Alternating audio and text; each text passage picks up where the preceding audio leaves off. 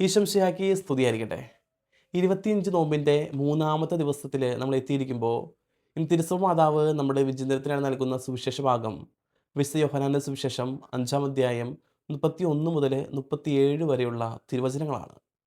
അതിൽ യേശുവിനെ പറ്റി പറയുന്ന 3 സാക്ഷ്യങ്ങളെ പറ്റിയാണ് പറഞ്ഞു വയ്ക്കുക. ഒന്നാമത്തെ സാക്ഷ്യം പറഞ്ഞു വയ്ക്കുക, യോഹന്നാനാണ് യേശുവിനെ പറ്റി സാക്ഷ്യം നൽകാനായിട്ട് വന്നത് എന്നാണ്. അതിൽ സുവിശേഷം പറഞ്ഞു വയ്ക്കുന്നത് ഇങ്ങനെയാണ്: അവൻ സത്യത്തിന് സാക്ഷ്യം നൽകുവാനായിട്ട് വന്നു എന്ന് പറയുക. പക്ഷേ അവൻ്റെ സാക്ഷ്യം ജനങ്ങൾ സ്വീകരിച്ചില്ല. അപ്പോൾ ഈശോ രണ്ടാമത്തെ ഒരു സാക്ഷ്യം പറഞ്ഞു വയ്ക്കുകയാണ്: ഞാൻ പൂർത്തിയാക്കാനായി പിതാവ് എന്നെ ഏൽപ്പിച്ച ജോലികൾ ഞാൻ ചെയ്തുകൊണ്ടിരിക്കുന്ന ജോലികൾ തന്നെയാണ് എന്ന് പറയുകയാണ്.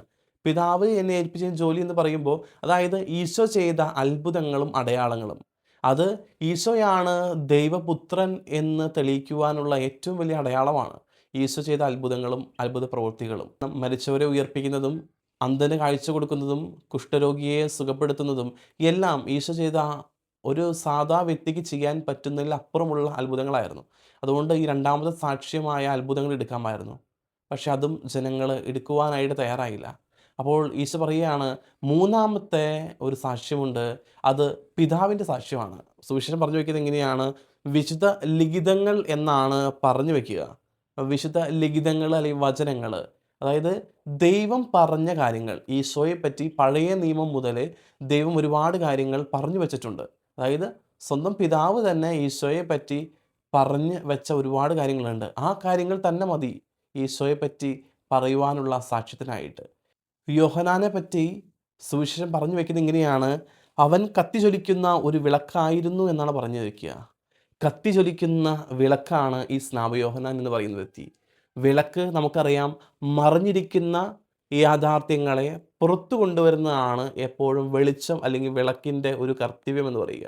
അതായത് ഇരുണ്ട് കിടക്കുന്ന മുറിയിൽ ഒരു വെളിച്ചം നമ്മൾ കൊണ്ടുവന്നാൽ തീർച്ചയായിട്ടും ആ ഇരുട്ടിരിക്കുന്ന പലതും വെളിയിൽ കാണുവാനായിട്ട് നമുക്ക് സാധിക്കും.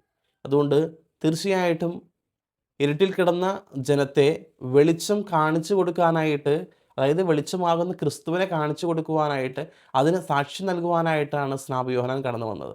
നമ്മുടെയൊക്കെ ജീവിതത്തിൽ നമ്മൾ മനസ്സിലാക്കേണ്ട ഒന്നുണ്ട്: നമ്മളും യഥാർത്ഥത്തിൽ ക്രിസ്തുവിന് സാക്ഷ്യം നൽകാനായിട്ട് തയ്യാറാണോ എന്ന്.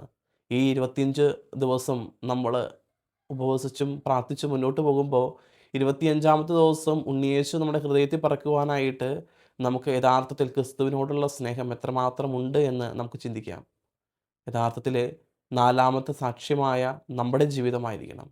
3 സാക്ഷ്യങ്ങളും അവസാനിച്ച് കഴിഞ്ഞ് 4-ാമത്തെ സാക്ഷ്യം നമ്മുടെ ജീവിതമായിട്ട് മാറ്റുവാനായിട്ട് നമുക്ക് സാധിക്കണം. അങ്ങനെ സാധിച്ചാൽ തീർച്ചയായിട്ടും ദൈവത്തിന് മുമ്പിൽ നമുക്ക് ഒരുപാട് വിലയുണ്ടാവും. ക്രിസ്തുവിനെ നമ്മുടെ രക്ഷകനും പിതാവുമായിട്ട് ഏറ്റുപറയാനായിട്ട് നമുക്കും സാധിക്കട്ടെ. ദൈവം അനുഗ്രഹിക്കട്ടെ.